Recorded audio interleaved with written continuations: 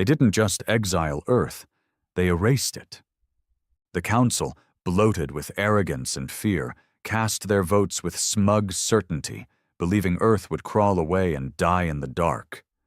But they forgot who we were.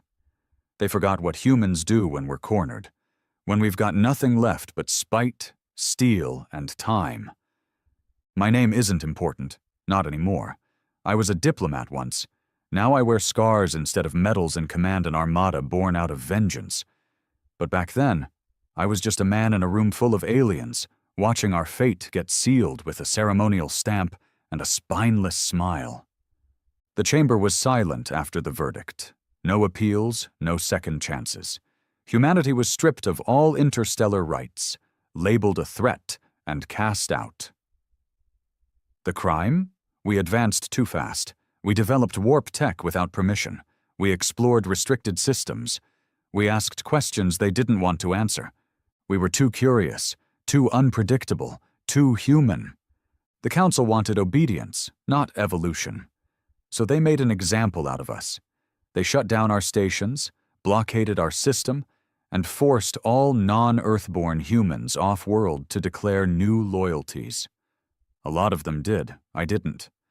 I remember the last thing I said to that room full of smug xeno-bastards. I didn't yell. I didn't beg. I just said, "You'll regret this. We built civilization from fire and ash. You think we need your blessing to become gods?" I meant it. The first years after Exile were brutal. Earth lost most of its off-world supply chains. No tech, no medicine, no materials. Millions died. Governments collapsed. We fought over food, over shelter, over pride. But we didn't stay broken. We rebuilt underground, in orbital debris fields, in abandoned stations the Council thought were useless. We reverse-engineered everything they left behind. We stripped down old satellites, hijacked forgotten drones, and started building again. Not cities, but weapons. Not peace, but force. By the time I returned from Europa Station 5 years later, Earth was no longer begging for mercy. We had formed something new, the Iron Reclaim, a military alliance forged from rage and necessity. Not a single politician, just soldiers, engineers, and survivors. We didn't make speeches, we made fleets. Ships were named after the cities we lost: New York, Damascus, Lagos, São Paulo. Not for nostalgia, for remembrance, for fury. The flagship I was given command of, the Ashborn. Fitting. We weren't trying to start a war. We were preparing to finish one. The Council didn't care about us until our fleet broke through the Kuiper Belt with enough firepower to wipe out a moon. Suddenly, the galaxy remembered Earth, and they were terrified.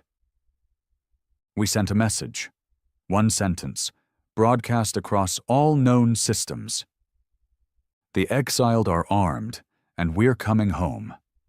Now I sit on the bridge of the Ashborn, watching as our ships, dozens of them, black as vengeance, move through the void like a storm made of metal. Every one of us has lost something: a brother, a city, a future. We came to reclaim it all. This wasn't diplomacy, this was justice. They say space is silent, but they've never heard the hum of vengeance. I stood on the command deck of the Ashborn, eyes locked on the holomap. A crimson field, blinking with dozens of human-made warships, lit up the room. The smell of oil and recycled air hung thick in the air, a far cry from the sterile scent of Council cruisers. That was the difference. They built for diplomacy. We built for blood. "Fleet is aligned and ready for burn," said Commander Strath, my second in command. His voice was cold steel. No emotion, just facts.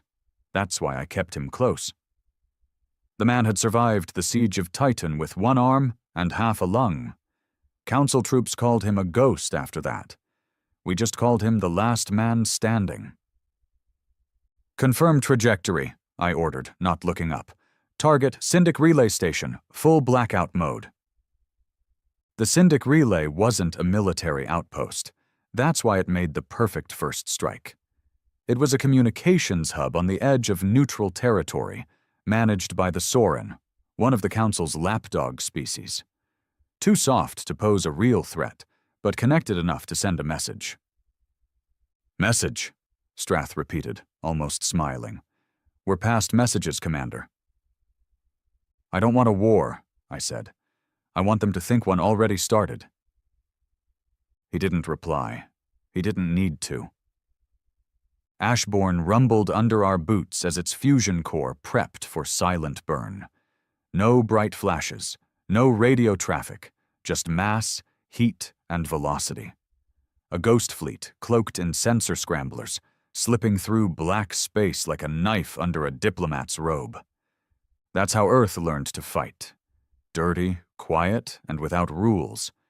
Because the Council taught us the hard way that rules only protect those at the top. I left the deck and stepped into the briefing chamber. My officers were already gathered. 6 men. No politicians, no diplomats, just fighters who'd bled on ice moons and asteroid belts. The walls flickered with mission data as I began. "This is no recon op," I said. "No mercy, no prisoners. This relay goes down, and the Council feels it. They'll know Earth is back, and we're not begging anymore." Lieutenant Commander Brax leaned forward. Big guy, used to run mining ops on Mars before the Council bombed his settlement in a containment sweep. He lost his wife and daughter in that fire. Since then, he'd become the kind of soldier you don't send to negotiate. You send him to end things. "What about the civilians?" Brax asked, voice like gravel. I hesitated for a half-second, just enough to feel it. If they're smart, they'll run. If they fight, they chose a side. It wasn't the answer he wanted, but it was the truth. The galaxy had made Earth choose a side long ago. Survival or extinction. We chose survival. The cost wasn't the point anymore. Dismissed. They left without words. Men who already knew what needed to be done. Men who'd buried too many to be talked out of what was coming. Back in my quarters, I poured a glass of black rum from the old Earth reserves, one of the few luxuries I allowed myself. It burned like guilt down my throat. I sat by the console and opened a file labeled Elias Darrow, Archive. The name hit like a brick. Elias was once my friend, my ally in the Council, the only non-human who voted against Earth's exile, and yet now he sat as the prime arbiter of the same Council that abandoned us. He'd betrayed more than just Earth. He'd betrayed me. I played the last message he'd sent me, 4 years old now. "You don't understand what you're doing. If you strike first, you'll damn Earth forever. There are rules, structures. Diplomacy can work if you just trust." I killed the message. Trust was for fools. Diplomacy was for the dead. I deleted the file. We reached Syndic Relay 9 at 0400 standard. No alarms, no movement. Just a quiet, spinning tower of alien glass and silver steel against the void, lit from within by blue strips of energy, and manned by a handful of smug bastards who thought the humans were still licking their wounds back home. The Ashbourne launched its boarding claws, coiled black arms with breaching tips that gripped the relay's surface like fingers around a throat. Brax led the team inside. What followed wasn't a firefight. It was an execution. They tried to send out a distress call. We cut power. They tried to activate the defense drones. Brax's men tore through them before the activation finished. The Soren inside panicked, screamed. One even begged. Brax shot him mid-sentence. "Keep it clean," I ordered through comms. "Take the core intact." "Copy that. Minimal resistance. These bastards never expected to bleed today."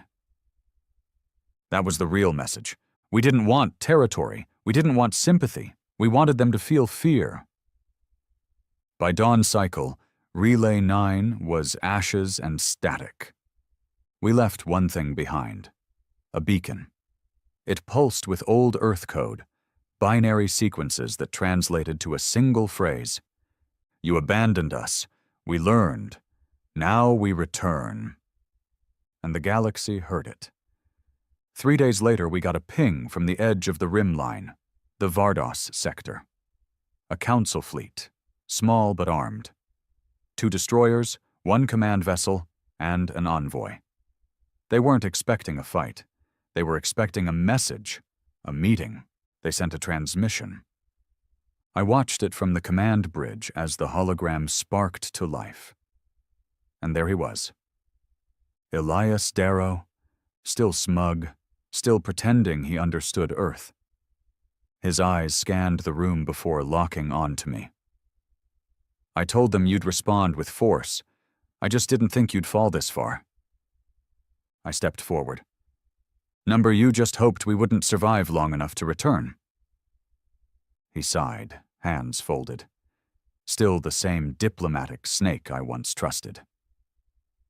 You've made your point, Commander. The Council is willing to reopen discussions, reinstatement, trade, recognition. Recognition? I laughed. You exiled us, starved us, watched us die. Now that we've built something stronger than you ever imagined, you want to talk? I want to stop more people from dying. Then stay out of our way. His voice turned colder. You don't want peace, you want war. I leaned in. Number, I want memory. I want the galaxy to remember what happens when you push humanity into the dirt. You thought we'd vanish. Instead, we evolved. The feed cut. Strath turned to me. Orders? I looked at the holo map. Their fleet hovered just outside our missile range. They crossed the border. That makes them trespassers. Strath gave the signal. Ashbourne fired first. 3 missiles streaked into the void, followed by kinetic slugs. The Council destroyers scrambled defenses, but it was too late.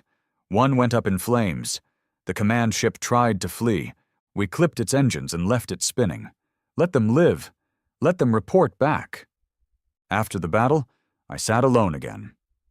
War wasn't the goal, but it was always the outcome. I looked at the stars and thought about Earth, about the cities we'd lost, the ones they never even bothered to name in Council archives, about the billions of voices silenced when they decided we weren't ready to stand among them. They made that call. Now we were making ours. No more exile, no more mercy, just fire. The victory felt hollow. We crippled the Council fleet. We sent their envoy limping back to his masters with smoke in his lungs and our warning echoing in his ears. But there was no cheering aboard the Ashbourne, no chants, no celebration. We were men of war, not children who won a schoolyard fight. The enemy bled, yes, but we knew they'd come back bigger and angrier. In the aftermath, the crew worked in silence, repairing heat exchangers and sealing hull breaches from the skirmish. I walked the lower decks alone, past the tech bays, and into the quartering block, rows of grim-faced soldiers sleeping with weapons by their bunks, eyes always half open. War forged men like steel, but it also wore down their edges. You could see it in the way they moved. Quieter, heavier, always expecting something worse around the corner. In Brax's quarters, I found him sitting alone, armor plates on the table, wiping blood off his gauntlets. Not Council blood. One of ours. What happened? I asked. He didn't look up. Lieutenant Kerr started mouthing off. Said this wasn't what he signed up for. Called the attack on Syndic a massacre. Said we were just like them now. My jaw tightened. And? He reached for his sidearm. I reached first. He finally looked at me. Don't worry, I didn't kill him. Just made sure he remembered what side he's on. He's one of ours, I muttered, though the words felt hollow. Brax leaned forward, voice low. That's what scares me. There's more like him. Officers with cold feet. People who thought we were building Earth's future, not a wrecking ball. We are building Earth's future. No, Brax said. We're building its revenge. He was right. And that truth cut deeper than I wanted to admit. Back in the command room, Strath was waiting with a hard face and worse news. We intercepted a transmission, not from the Council, from inside the fleet. Someone sent an encrypted burst signal toward the Tri-Cluster sector, non-authorized code. My blood ran cold. We've got a traitor? Strath nodded. Working on decryption, but the packet was short, clean. This wasn't a mistake. Someone fed them information. It didn't surprise me, just angered me. Every movement we made had enemies clawing to pull us back down, some outside, some inside.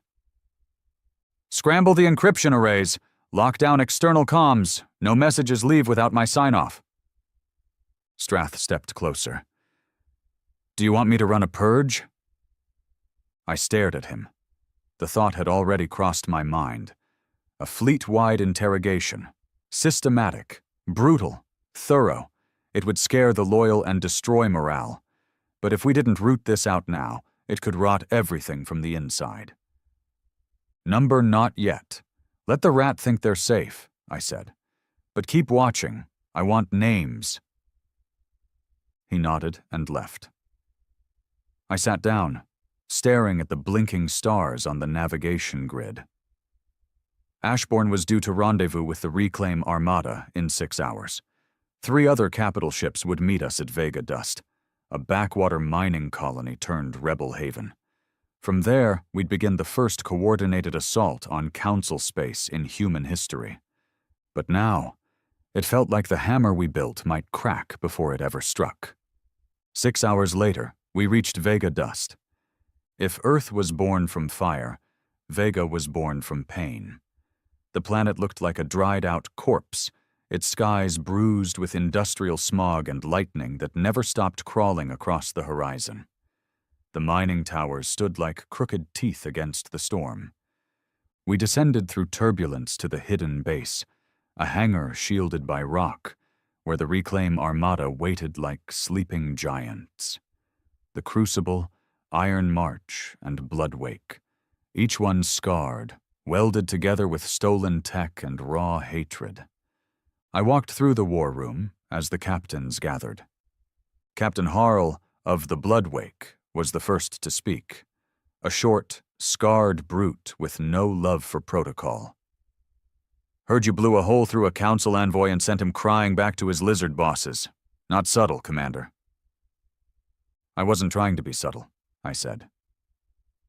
Captain Soren of the Crucible, lean and cautious, folded his arms. Subtlety is what's kept us alive for 10 years. Now we've got every scanner in 3 sectors looking for us.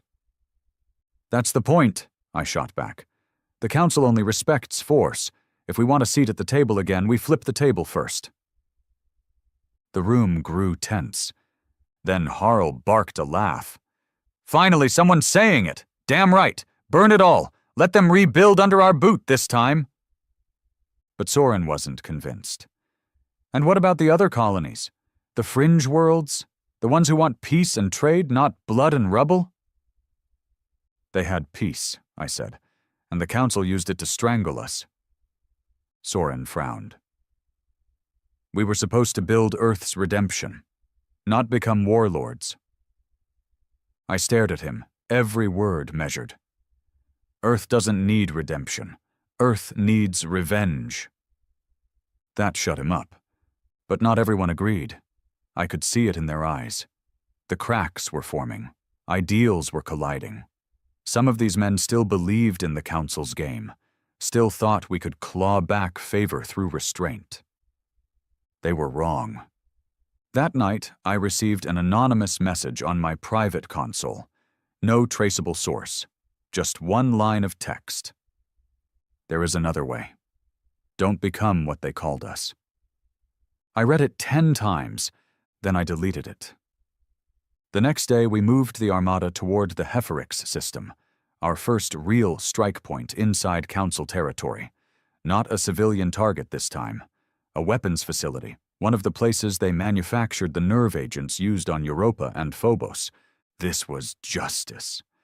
But as the fleet prepared for hypershift, Strath entered the bridge with grim news. "We have a name." My heart froze. "The traitor?" He handed me a data pad. One name flashed on the screen, Lieutenant Commander Terrace Miles. My chest tightened. Terrace had served under me for 8 years, one of the original survivors from the first Mars blockades. Loyal, quiet, efficient. Or so I thought. "He's been sending small data packets, fleet positions, strike plans, even your movement logs. Whoever's feeding him is deep in Council intelligence." I didn't ask what Strath wanted me to do. I already knew. We dragged Terrace into the interrogation hold. I didn't bring soldiers. I didn't need witnesses. He sat cuffed, bruised, but unbroken.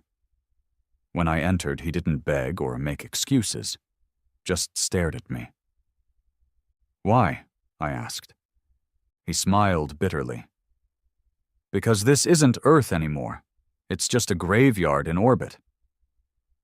You gave them our plans. You risked everything. I tried to stop you from burning down the galaxy in Earth's name, but you're not here to save it. You're here to punish the universe." He wasn't entirely wrong. And that made me hate him more. I raised my weapon. He didn't flinch, just stared. "You'll die a traitor," I said. He nodded. "And you'll live as a monster." I pulled the trigger. No trial, no last words. Just silence. Back on the Ashbourne, I stood before the fleet. Every screen lit up with my face as I spoke. "We have been infiltrated, betrayed by one of our own. That betrayal has been purged." There was no applause, just grim faces. Men and women who knew the price of war was getting higher. "We move on, Hefferix. No delay, no doubt. This time we don't just hit them, we cripple them." I ended the broadcast and stared at the stars. How far was too far? How much of the man I used to be still lived beneath the armor and commands? But the voice that always echoed in my mind had no time for philosophy. It said one thing: they exiled us to die. We answer with fire. We jumped into Hefferix space without warning. No communications, no signatures, just mass and fire. The Ashbourne, flanked by the Crucible and Iron March, dropped from hypershift like thunder across a clear sky, emerging just outside the Council defense perimeter. The system's twin suns cast long orange shadows across the Council's weapons facility. Station 14 Delta, an ugly stretch of steel orbiting a red dwarf moon. It looked harmless from the outside. No guns, no beacons, no defenses active. But we knew better. The weapons station had a quiet reputation, one never acknowledged in public records. It was where the Council developed their chemical weapons, engineered population control agents, and tested neuro-warfare tech that could shut down a soldier's nervous system in 5 seconds flat. The kind of tools they never admitted to, but used when they needed colonies to vanish without a fuss. Europa, Phobos, Skellen's Drift. I remember the screams from Europa's last transmission like they were tattooed into my skull. Today, they'd be answered. Our first volley wasn't kinetic. It was electromagnetic. EMP bursts stripped the station's shields before they could fully engage. Drones scrambled inside, their systems glitching. Turrets flared and died. In seconds, we breached their outer defenses without firing a single bullet. "Breach pods ready," Strath said behind me. I strapped in, fingers tightening around my rail rifle. No survivors, no negotiations. We go in hard and clean out the rot. Strath nodded. "This one's personal." The pods launched, slamming into the station's hull like thunder cracks. We moved in teams. Myself, Brax, 2 shock troopers. Zero gravity, no comms chatter, the silence of vengeance. Inside, we found nothing but horror. The first hallway was empty. The second held corpses, Soren scientists in white robes, some still strapped to their consoles, eyes frozen in death. Not a shot fired, just massive decompression damage and scattered debris. Then we reached the test labs. That's where the stench hit. Rows of cells, glass tubes, stasis chambers. Inside them, humans. Some were alive, some weren't. All were broken. They were test subjects, lab rats, Earthborn prisoners abducted during exile, used for decades to test toxins, neural disruptors, and genetic rewiring tech. Their bodies were thin, wired with tubes and scars, eyes clouded. Some had limbs replaced with Council biotech. Others were too far gone to recognize. I stopped breathing. One of them, an old man, barely clinging to life, looked at me as we passed. He whispered something. I leaned in. "They kept us to learn how to kill you better." I pulled my sidearm and shot him clean through the head. Mercy. Strath stared. "Sir, no one leaves here like that," I said. "No one." We moved room by room, finding more. Files, videos, detailed logs on how human physiology responded to gas attacks, how long a brain survived full neural collapse. They'd been preparing for a war they started, while still pretending they were civilized. My blood boiled. We reached the command center. 6 council officers barricaded inside. Mostly Vurni, those cold-blooded bastards with translucent skin and soulless black eyes. One of them held a staff, the mark of a researcher class. She tried to speak. "We were under Directive 7, authorized containment research. This was protocol." Brax opened fire before she finished. "Burn it all," I said. We planted charges in every major corridor, explosive caps in the central core. The data we took would go to Earth, but the facility itself would become space dust. A funeral pyre for the forgotten. But as we prepared to leave, Strath motioned me over. We found one more section, sealed behind multiple encryptions. "Show me." He led me to a chamber deeper in the station. The door was reinforced titanium steel hybrid, unusual for a lab. Brax used an old mining charge to breach it. Inside wasn't a lab. It was a prison. 1 cell, 1 chair, and 1 occupant. He was young, maybe mid-20s, human, fully alert, no visible scarring. He looked at me with cold, calculating eyes. Not afraid, not broken. Calm. He stood when I entered. "You're not Council," he said. "Number were what they tried to erase." He nodded. "Then maybe you're the ones who can kill them."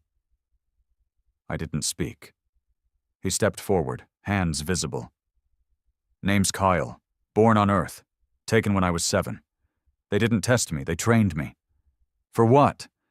To think like them. To lead like them. I've seen inside their command structure, their hidden fleets, their psychological warfare plans. I know how they operate. And why should I believe you?" He stared straight into me. "Because I want them dead more than you do." That was a lie. No one wanted it more than me, but it didn't matter. Because if he was telling the truth, he was more valuable than any data core. "Put him in containment," I ordered. "If he lies, kill him. If he tells the truth, we burn the Council to the ground." The station exploded behind us as we left orbit, silent and slow, like a dying star curling in on itself.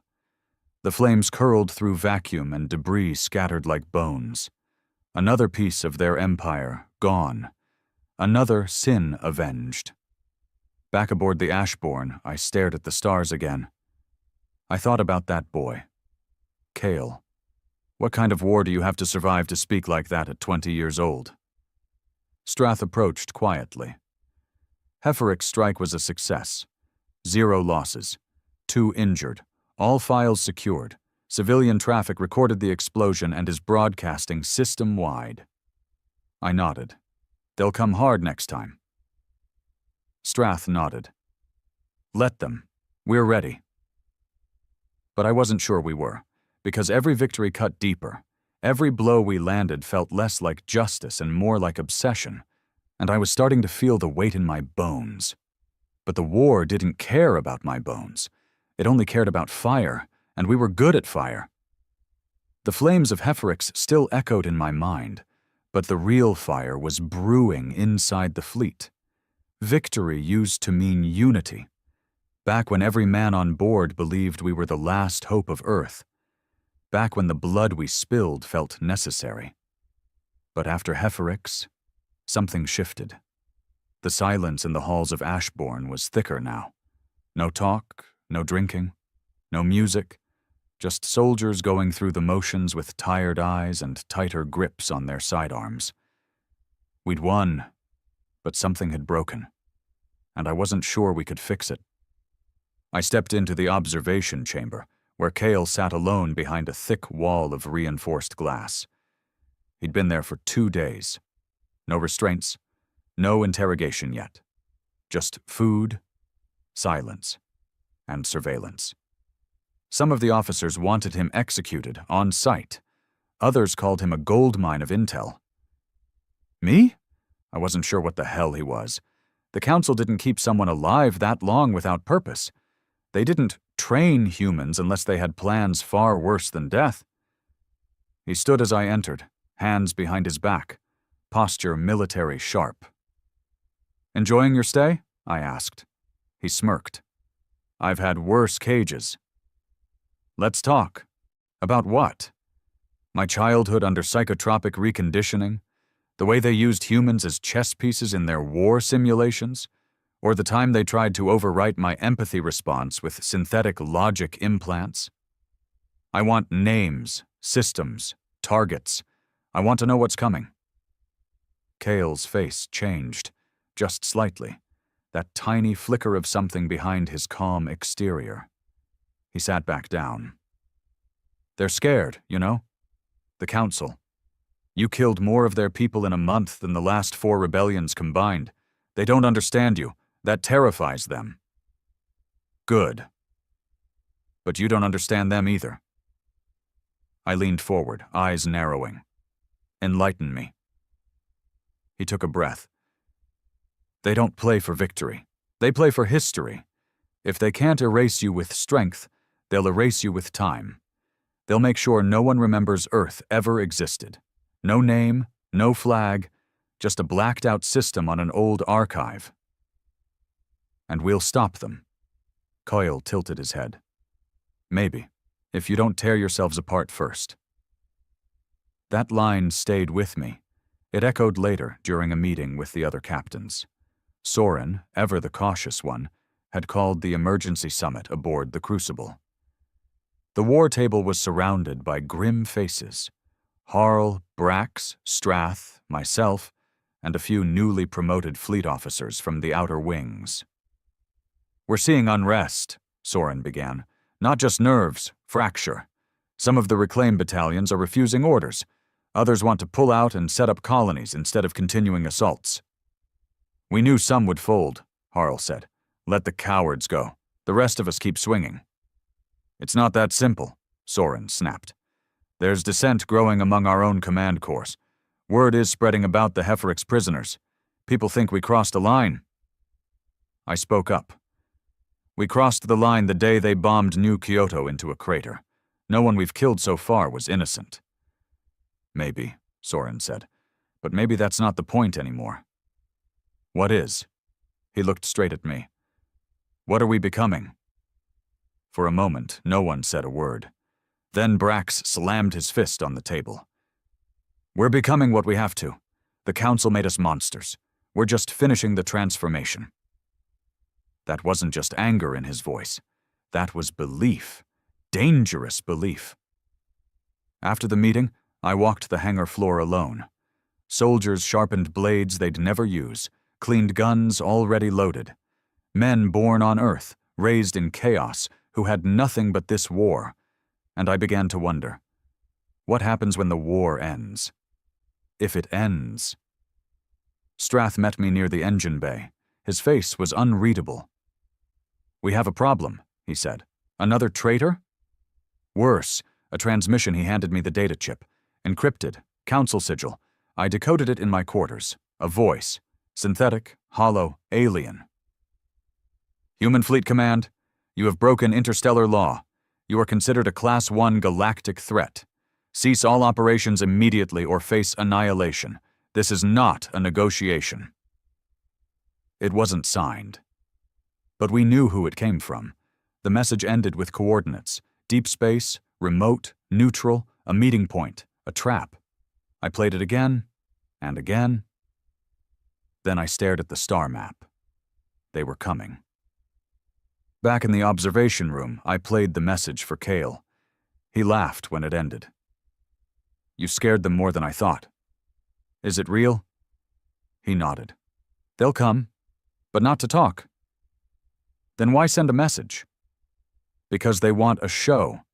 They want a stage before the kill. You've hurt their pride, Commander. Now they need to erase you in front of the galaxy." "How many ships?" "Enough to blot out the suns." I stood up, jaw tight. "Then we hit first." Kale shook his head. "That's what they want. They want you to look like the villain, the rogue, the madman who destroyed peace." I leaned in close, voice low. "You think I care what I look like? I just want them dead." He smiled again. "Then we're not so different." I called the captains again. This time I laid it bare. "We have one shot," I said. "A council fleet is gathering. They think we'll come to their trap and play by their rules. We don't." "What do you suggest?" Soren asked.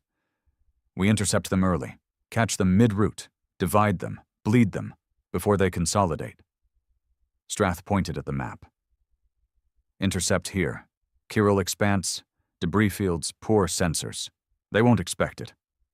Harl nodded. "I like it. In and out, smash and vanish." Brax stood up. "Let's break their fangs." No one objected. For now. As the fleet mobilized, I returned to Kale one last time. "Why didn't they break you?" I asked. He looked down. "They tried, but I hated them too much. I never forgot where I came from." "Earth?" He shook his head. "I don't even remember Earth. I was taken too young, but I remembered the faces of the ones they tortured beside me. I remembered the silence of those who died screaming. Hate keeps you whole when nothing else does." I didn't respond. I just stared. He finally looked at me. "Just don't lose yourself before you win." Too late, I thought. But I didn't say it. The fleet jumped into the chiral expanse in tight formation. The void was filled with dead satellites, scrap metal, and ancient wreckage from a forgotten war the Council never bothered to clean up. It was the perfect ambush site. Our scanners lit up within minutes. A Council carrier, 3 escort destroyers, 2 scouts. We hit them hard. Missiles, EMPs, boarding skiffs. The first destroyer didn't even get its shields up. It split down the middle, spilling fire and bodies into vacuum. The scouts scattered. The carrier tried to retreat. We disabled it, then boarded it. Inside, we found what we feared. Another lab, humans. This time, children. They weren't testing them. They were training them to kill us. When I returned to the Ashbourne, I didn't speak. I just sat in my chair, stared at the stars, and let the silence eat me alive.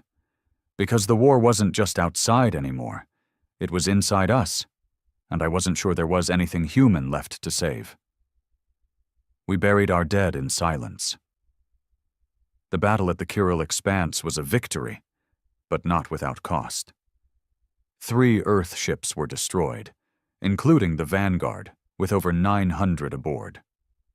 We didn't even recover half the bodies, just names, ranks, and echoes on comm logs.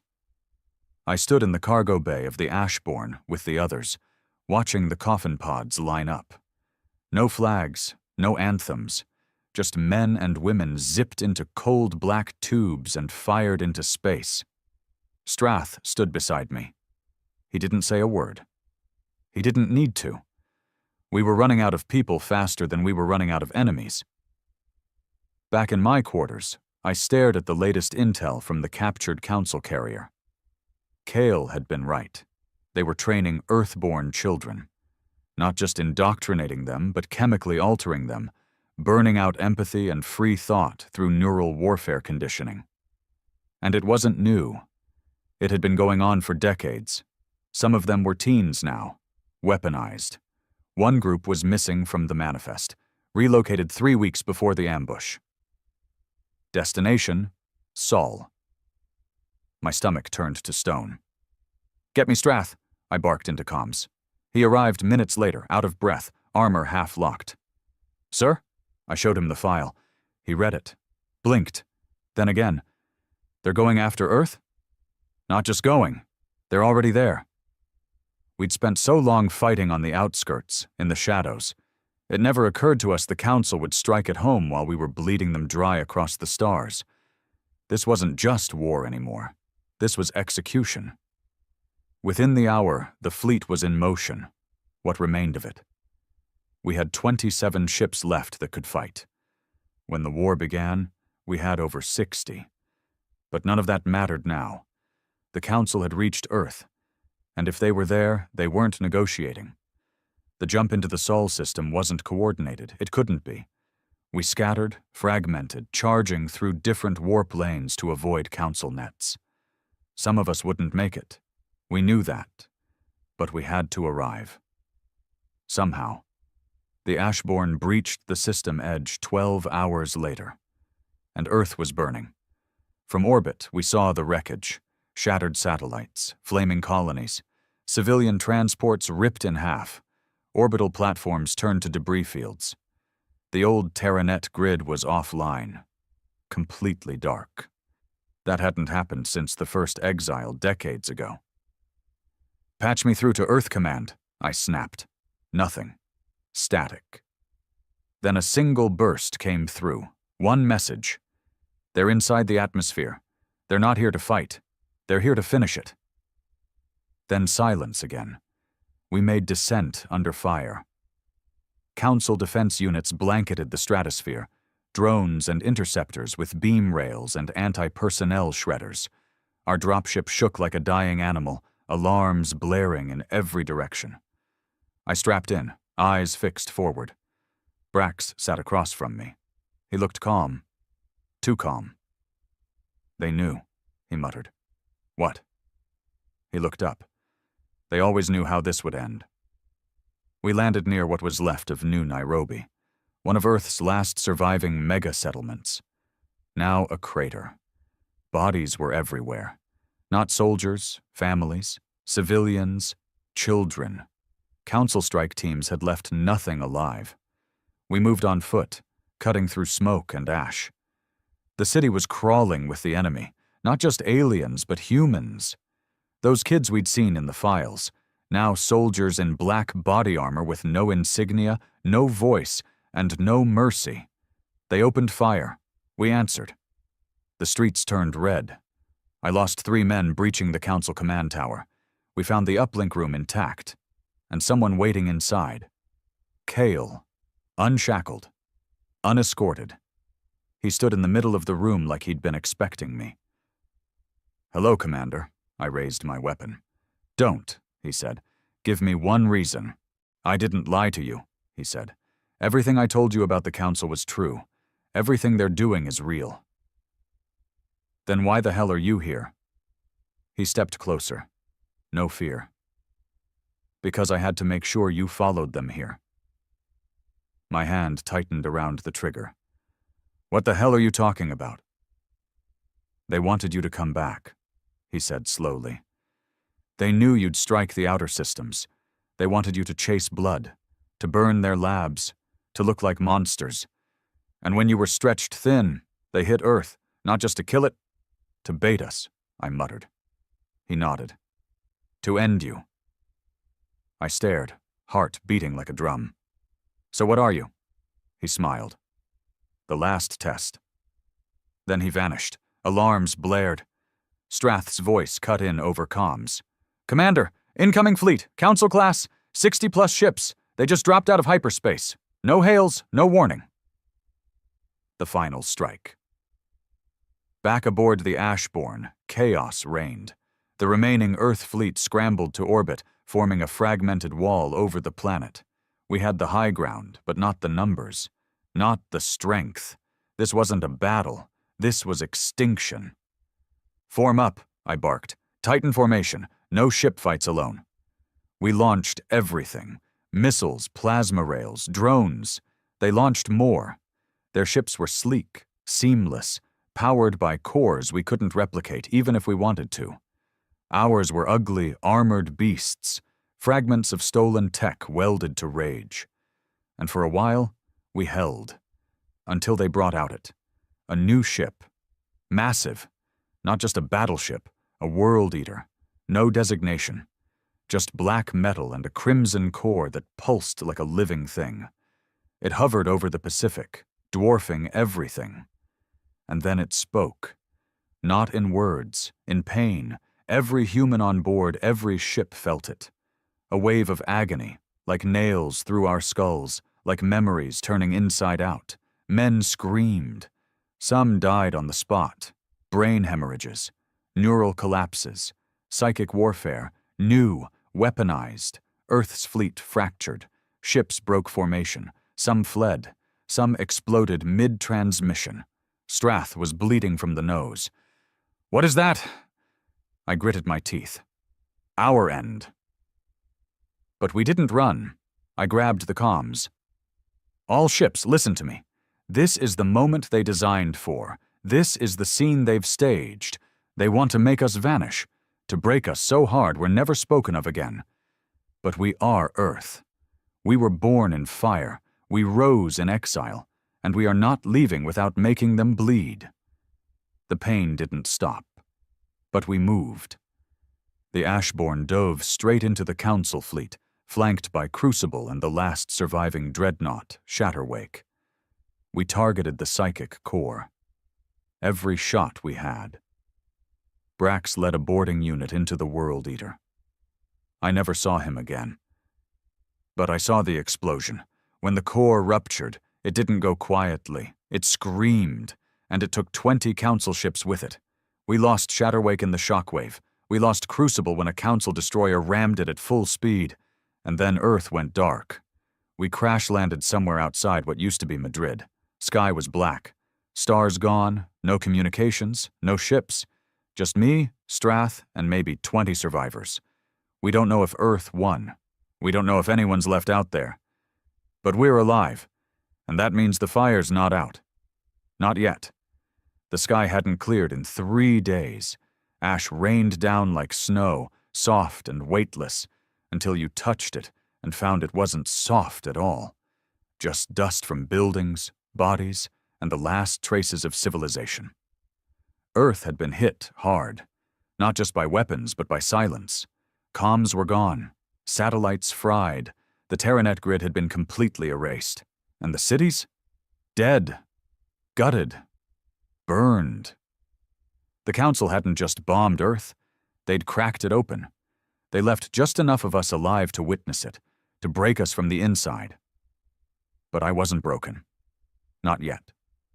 We'd set up camp in the ruins of an old supply depot 5 clicks east of New Madrid's crater line. Me, Strath, and what was left of the Ashbourne's infantry wing. 20 men, 2 broken drones, and 1 busted railgun that we'd salvaged from a fallen dreadnought. Food was low. Water was worse. Morale? Non-existent. Most of the men hadn't spoken more than a few words in days. They just worked, rewired generators, laid traps, tuned their rifles. They knew what was coming. The Council didn't believe in unfinished business. They'd be back, to clean up what was left, to erase us completely. I sat outside that night, watching the fires still glowing over the horizon, old cities burning like candles in the dark. Strath approached, limping slightly. His arm was in a sling, his left eye patched with torn cloth. "They found a Council scout drone near the old mag train tunnels," he said. "Wired with surveillance gear. It's watching, not attacking." "They're mapping survivors," I said. He nodded. "We're the Resistance now, Commander. The Rebellion. The thing we used to chase." I stared at the black sky. We're the reminder. We began striking back the next morning. Small, fast hits. We moved through the ruins in units of 3, hit their scouts, stole their ammo, planted scramblers on their drones. Our goal wasn't victory. It was memory. We wanted them to feel Earth's breath on their necks, even in silence. We'd strike, vanish, and strike again, every man with a rifle, every boy with a knife. We stopped calling ourselves soldiers. We were wolves now. One night I found an old transmission beacon half buried in rubble. It wasn't much, but it worked long enough to catch a signal. A weak one. Short range, encrypted, Earthborn code. "This is Bastion 7, Southern Hemisphere. Council patrols increasing. Civilian groups scattered. Request contact with any surviving fleet command. Repeat, Bastion 7 still standing." I played it twice. Then I stood up. Strath looked at me. "Bastion 7? Pre-exile military bunker, buried under the Andes, off-grid since the Purge." "You think they're still alive?" "They're not dead yet," I said, "and that's all I need." The journey took 3 days through the wreckage of old highways and shattered cities. We moved on foot, no vehicles. Anything that made noise would draw drones. Along the way, we picked up more survivors. An old mechanic from Siberia who still knew how to rig Council power cores. A teenage girl who'd killed 3 patrol drones with nothing but a heat lance. A former Reclaim soldier named Kell. Quiet, scarred, missing 2 fingers. But the way he carried his rifle told me everything I needed. We didn't talk much. Talking was a luxury. Breathing was work. By the time we reached the Andes, we'd grown to nearly 40. Starving, exhausted, bloodied, but alive. We found Bastion 7 buried under 30 feet of rubble. Still sealed, still powered. We cleared the entrance and sent a coded knock sequence through the old panel. It responded. Doors opened, and light poured out. Inside, it was like stepping into a ghost of old Earth. The air was clean, the lights were working, bunkers intact, supplies rationed but stable, and people, almost 70 of them, living underground since the Purge. Some were military, most were civilians, but they still had teeth. Colonel Dren met us in the war room, gray-bearded, square-jawed, voice like gravel in a meat grinder. "You came back," he said. I nodded. "Not to win, just to hurt them." He chuckled. "Good, because winning's long gone. But bleeding them out, that's still possible." He showed me the maps, Council troop movements, drone paths, hidden transmitters placed in key outposts across the globe. Earth wasn't dead yet. It was just very, very angry. We spent a week rebuilding Bastion 7 into something meaner. Turrets, comm jammers, EMP lures, every tunnel booby-trapped with repurposed tech and good old-fashioned explosives. We weren't planning to survive. We were planning to take as many of them with us as we could. And then the call came. One of our scouts intercepted a priority Council transmission, bounced off a relay tower they hadn't expected us to reclaim. It said, Phase 2 commencing. Human eradication protocol active. Subject 0 relocating to extraction zone Delta. Confirm orbital clean sweep after removal complete. Strath looked at me. Subject 0? I didn't answer. Because I already knew. Kale. He wasn't just a defector. He was the Council's final weapon. Everything we'd seen, his survival, his intel, his warnings, had been a setup. He'd never left their grasp. He was part of their plan. And they were extracting him, which meant he still had value, which meant we had one last shot. The extraction zone was in the ruins of old Australia. Desert now. but Council transports were landing there in mass, clearing the zone, sterilizing it from orbit. They weren't just moving him. They were preparing to unleash him. What he really was, we didn't know. Not yet. But we were going to find out. And then we were going to end it. We gathered every fighter from Bastion 7, 57 men, 11 drones, 4 stolen Council rifles, 2 grav bikes, no air support, no backup, just fury. We moved through the red sands like ghosts. Every patrol we saw, we silenced. Every checkpoint we passed, we buried, until we reached the heart of the extraction zone. There he was. Coil, standing on a Council platform surrounded by elite guards, his face emotionless. Strath raised his scope. "I've got the shot." "Wait," I said, because something was wrong. Coil wasn't restrained. He was glowing, skin faintly pulsing, and the air around him shimmered. He looked directly at us, even from a mile away. He smiled. And then the sky opened. The Council had called down a new weapon, not a fleet, not fire, but something worse. A null wave, an energy storm designed to rewrite biological matter. Strath screamed as his arm disappeared, not exploded, not vaporized, vanished like it had never existed. 2 of our men fell screaming as their eyes bled out of their skulls. I yelled over the comms, "Fire everything, now!" We unloaded every weapon we had into the extraction zone. Missiles, lasers, rail slugs. The Council guards fell, the platform cracked, and Kale stood in the center, untouched. Then he lifted his hand, and our weapons melted in mid-air. He wasn't human anymore. He wasn't Council. He was something in between. He was the product of all their fear, all their experiments. A weapon that looked like us, but didn't bleed like us, didn't think like us, didn't remember us. I charged anyway. 1 last bullet left in my sidearm. I aimed it at his skull. He looked at me. "Why do you fight?" "Because I remember who we were." And I pulled the trigger. The bullet hit, right between the eyes. He dropped. But the shimmer didn't stop. The world didn't go silent when Kale fell. It screamed. Even dead, he was still a weapon. The Council had built him like a ticking bomb wrapped in flesh, designed not to explode, but to unravel everything around him. As his body dropped to the cracked stone, the shimmer around him didn't fade. It expanded.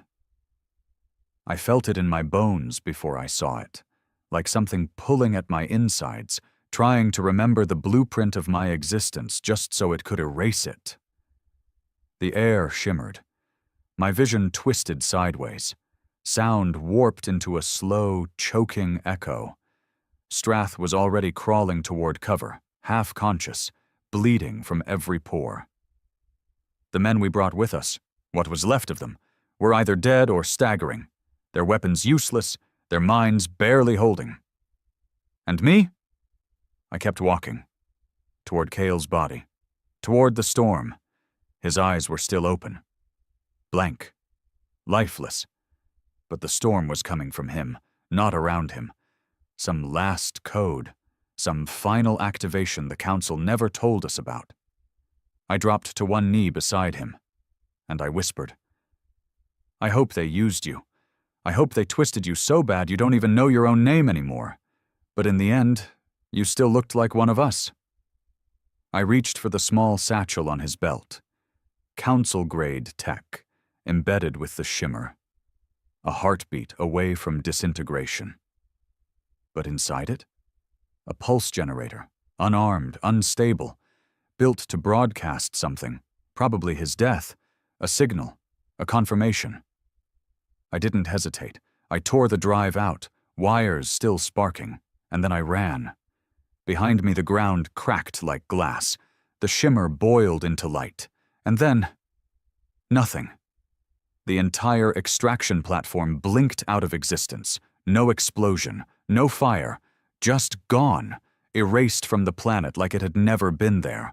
But I was still running. I woke up buried under rubble. My side was on fire. My vision foggy, but I was alive, and so was Strath. He pulled me out of the debris hours later, his face pale, his right hand now gone, burned to the bone. "Guess that was phase 2, he muttered.